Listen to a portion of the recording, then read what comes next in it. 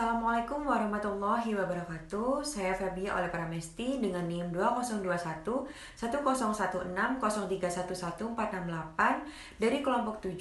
Saya akan menjawab pertanyaan dari kelompok 1, 2, dan 3. Pertanyaan dari kelompok 1 yaitu, jelaskan apa yang terjadi ketika faktor pendorong keseimbangan pasar umum tidak selaras atau seimbang. Jawabannya, keseimbangan yang terjadi pada market atau pasar sangat penting guna mendapatkan kurva permintaan penawaran berjalan dengan normal.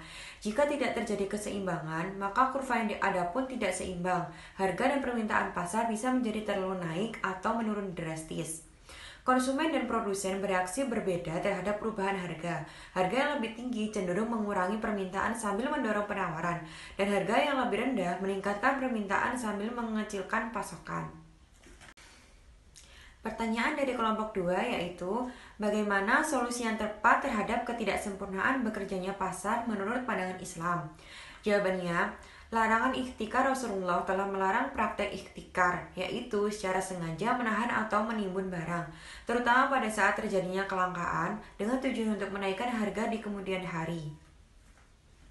Pertanyaan dari kelompok 3 yaitu, menurut teman-teman, apakah hanya zakat yang dapat mendistribusikan kesejahteraan dan membuat pasar ada di titik equilibrium? Lalu bagaimana dengan sedekah kepada fakir miskin atau anak yatim? Apa kegiatan tersebut dapat membuat perubahan pada pasar? Jawabannya, tidak hanya zakat, karena aktivitas kehidupan dapat meraih keberkahan jika menyeimbangkan setiap komponen kehidupan yang selalu berpasangan, di antaranya yaitu material dan spiritual, dunia dan akhirat, siang dan malam, kaya dan miskin, kewajiban dan hak, dan lain sebagainya. Ya, karena kondisi tersebut dapat membuat perubahan dalam pasar karena equilibrium sendiri diartikan sebagai suatu keadaan di mana interaksi yang terjadi antara konsumen-konsumen yang ada di dalam aktivitas hidup manusia dapat berjalan secara harmonis dan juga berimbang, serta memberikan dampak yang signifikan terhadap kesejahteraan umat manusia.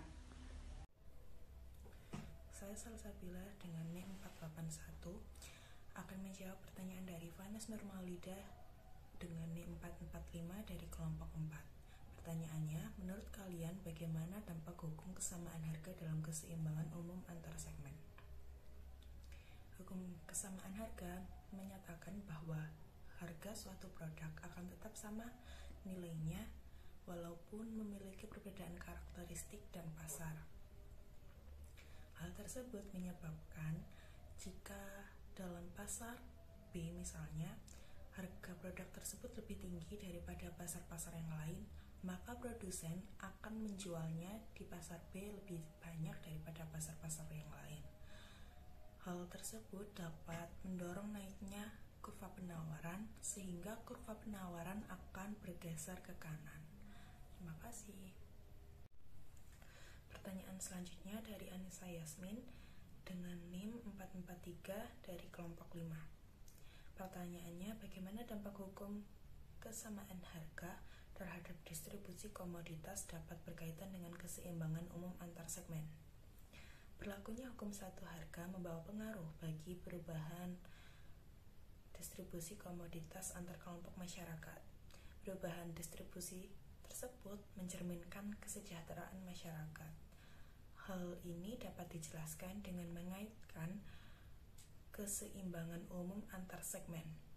Anggaplah jika perekonomian masyarakat ini dibagi menjadi dua segmen. Yang pertama dengan pendapatan yang tinggi dan yang kedua dengan pendapatan yang rendah. Dengan pengaruh pendapatan yang semakin tinggi, maka permintaan di pasar juga semakin tinggi. Hal tersebut membawa dampak pada kurva, yaitu terjadi pergeseran kurva permintaan akan bergeser ke kanan dan harga juga semakin naik. Terima kasih. Pertanyaan selanjutnya dari Rizka Adelia dengan NIM 482 dari kelompok 6. Pertanyaannya, bagaimana Islam memandang keseimbangan dalam ilmu ekonomi? Islam memandang keseimbangan dalam ilmu ekonomi sebagai kondisi di mana terjadinya interaksi antara permintaan dan penawaran dalam sektor yang real. Sektor yang real merupakan bentuk penanaman modal yang asetnya nyata dan jumlahnya pun dapat dilihat secara langsung. Terima kasih. Assalamualaikum warahmatullahi wabarakatuh. Perkenalkan, nama saya Ahmad Nafri Syafiq, NIM 455 dari kelompok 7, akan menjawab pertanyaan dari kelompok 8, yaitu Aisyah. Kapan suatu pasar dikatakan berada dalam suatu keseimbangan pasar? Jawabannya yaitu ketika jumlah produk yang diminta sama dengan jumlah produk yang ditawarkan, atau harga produk yang diminta sama dengan harga produk yang ditawarkan. Lalu saya akan menjawab pertanyaan dari Rindi. Bagaimana keseimbangan pasar terjadi ketika permintaan dan penawaran tetap? Jawabannya yaitu terjadinya harga keseimbangan ditentukan oleh kekuatan antara permintaan umum dan dengan penawaran. Apabila permintaan lebih kuat daripada penawaran, maka harga suatu produk akan naik. Namun, jika penawaran lebih kuat dari permintaan, maka harga barang akan turun. Lalu saya akan menjawab pertanyaan dari Ronaldo. Apa yang terjadi jika terjadi goncangan dalam ekonomi yang dapat mempengaruhi keseimbangan umum? Jawabannya, menyebabkan daya beli masyarakat menurun karena tingkat perekonomian menurun, tapi harga barang tetap tidak menurun, sehingga bisa memperlambat perkembangan ekonomi yang ada di Indonesia. Di sini saya akan menjawab pertanyaan dari Ronaldo. Pertanyaannya, apa yang terjadi jika terjadi goncangan dalam ekonomi yang dapat mempengaruhi keseimbangan umum? Jawabannya, keseimbangan umum merupakan selisih antara penerimaan dan belanja di APBN. Jika terjadi goncangan dalam ekonomi, maka keseimbangan umum bisa terpengaruh karena keseimbangan umum bisa bernilai negatif. Keseimbangan umum adalah selisih antar total penerimaan dengan total pengeluaran, termasuk pengeluaran untuk pembayaran bunga utang yang termuat di APBN. Keseimbangan umum dapat dijadikan sebagai dasar bagi pemerintah dan dalam menentukan kebijakan fiskal yang akan dijalankan. Misalnya, saat kondisi perekonomian sedang mengalami goncangan seperti resesi, maka pemerintah meningkatkan pengeluarannya dan mengurangi penerimaannya, sehingga keseimbangan total menjadi bernilai negatif. Di sini saya akan menjawab pertanyaan dari Jakfar. Pertanyaannya, faktor apa saja yang menjadi pengaruh sebuah pasar mencapai keseimbangan?